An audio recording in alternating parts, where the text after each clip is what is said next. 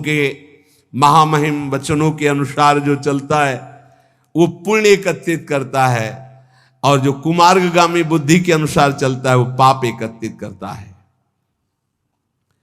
भगवान के सिवा, सुनो महापुरुषों के वचन हैं, भगवान के सिवा तुम किसी और का सहारा लोगे तो अंत तक तुम्हें पछताना पड़ेगा।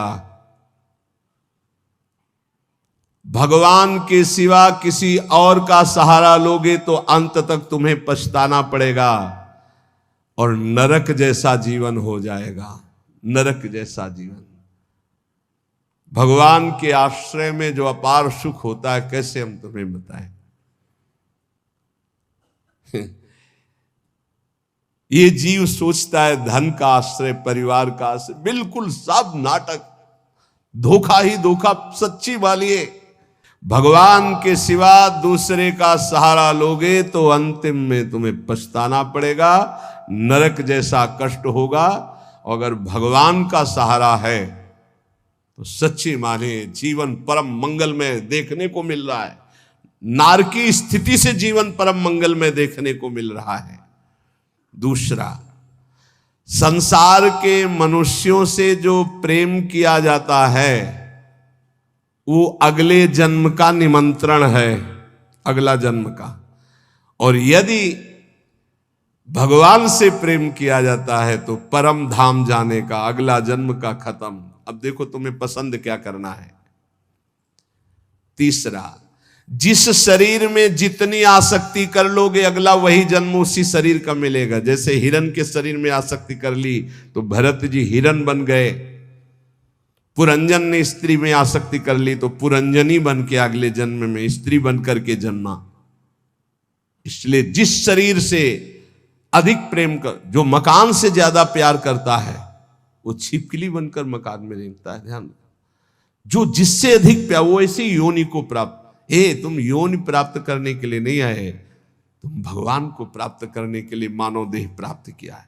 नाम जप करो, सच्चाई से नाम जप करो, तुम्हें खुद दिखाई देगा जो लिखा है। कोई किसी से प्यार नहीं करता है, सिर्फ नाटक, सिर्फ नाटक प्यार का चल रहा, कोई प्यार। जो राग और द्वेष पूर्वक जीवन व्यतीत करता है वो दुर्गति का पात्र बन करके नाना प्रकार की नारकी योनियों को भोगता है और प्राय राग द्वेष में ही जीवन जा रहा है।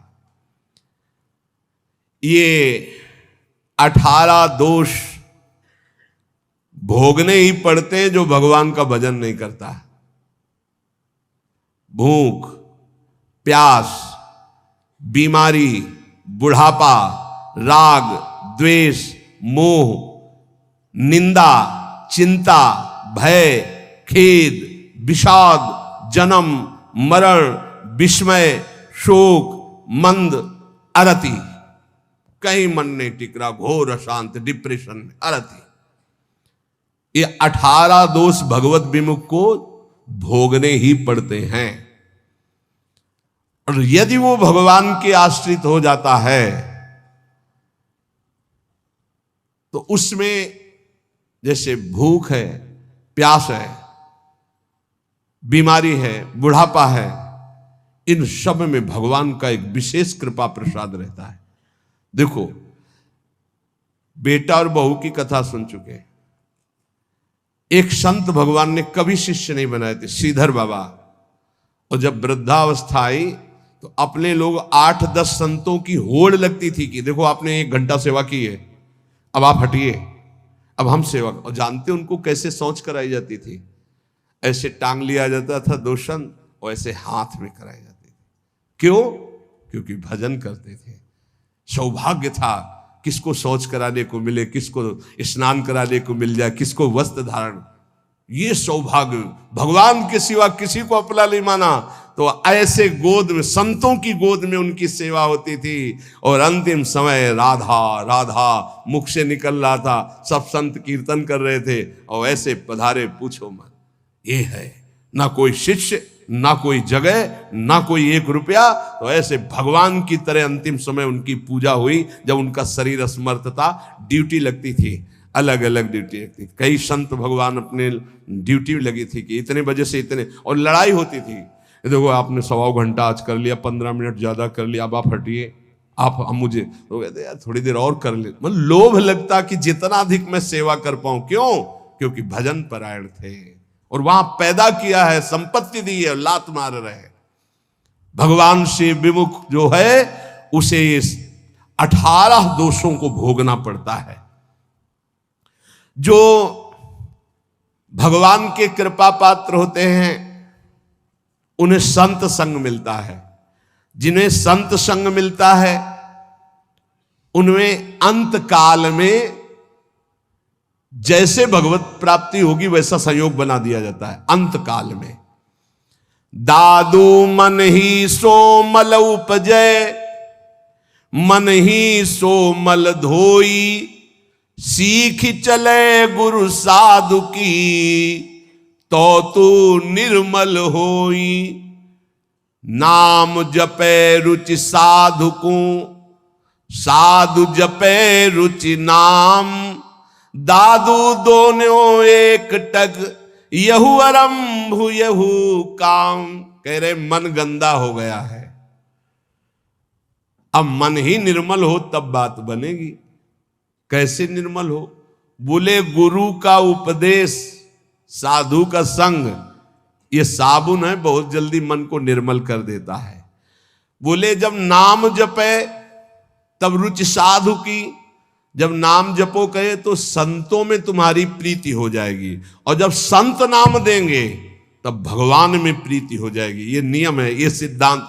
गुरुमुख के प्राप्त नाम से ही भगवत साक्षात्कार होता है। दादू हरि साधु यो पाइये, अविगत के आराध, साधु संगति हरि मिले, हरि संगत सुसाध। बोले जब हरि की कृपा होती तो साधु मिलते हैं, और जब साधु की कृपा होती है तो उस अविगत परमात्मा की आराधना शुरू होती है, तब वो हरि मिलते हैं। तो हरि की कृपा का फल साधु, और साधु की कृपा का फल हरि दर्शन।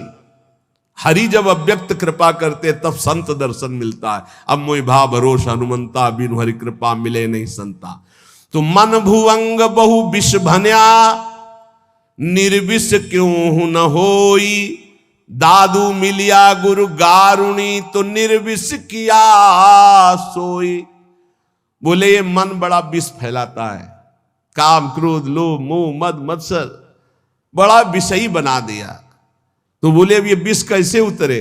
बोले गुरु गारुणी, विष उतारने वाले गुरुदेव हैं। जो गुरुदेव ने नाम मंत्र दिया है उसको जपो तो मन का सारा विष उतर जाएगा, निर्विकार मन हो जाएगा। पूजा मान बड़ाइयां, आदर मांगे मन, राम गहे सब परिहरे, सोई साधु जन। सबके मन में होती है हमारी पूजा हो, हमारी मान हो, हमारी बड़ाई हो, हमारा आदर हो, लेकिन साधु वही है जो मान बड़ाई आदर को स्वीकार नहीं करता, इच्छा नहीं करता। सब में मेरे प्रभु है, सबको प्रभु को भाव से प्रणाम। इतने विराट रूप भगवान इतने रूप में आकर दर्शन देते हैं, ये भाव नहीं रखना।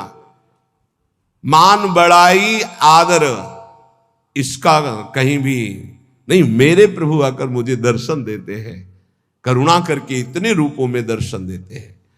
जो भगवान को प्राप्त करना चाहता है वो साधु कैसा होता है? जो मान बड़ाई आदर आदि को भी स्वीकार नहीं करता।